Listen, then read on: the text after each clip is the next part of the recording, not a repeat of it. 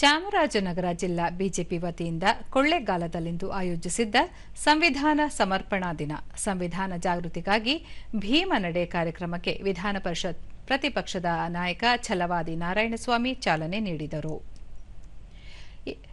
BJP ರಾಜ್ಯ ಉಪಾಧ್ಯಕ್ಷ N Mahesh, ಜಿಲ್ಲಾಧ್ಯಕ್ಷ ಸಿಎಸ್ ನಿರಂಜನ್ ಕುಮಾರ್ ಮತ್ತಿತರರು ಉಪಸ್ಥಿತರಿದ್ದರು.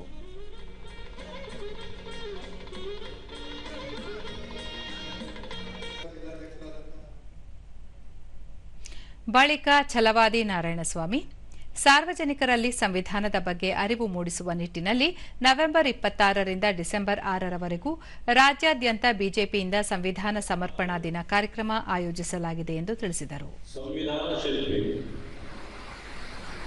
ಈ ದೇಶದ ಅತ್ಯಂತ ಉನ್ನತ ನಾಯಕತ್ವವನ್ನು ಕೊಟ್ಟಿರತಕ್ಕಂಥ ಬಾಬಾ ಸಾಹೇಬ್ ಅಂಬೇಡ್ಕರ್ ಅವರ ಕೊನೆಯುಸಿರು ಅಂದ್ರೆ ಅವರು ಸತ್ತರೂ ನಮ್ಮ ಮಧ್ಯದಲ್ಲಿ ಬದುಕಿದ್ದಾರಲ್ಲ ಅವರೇ.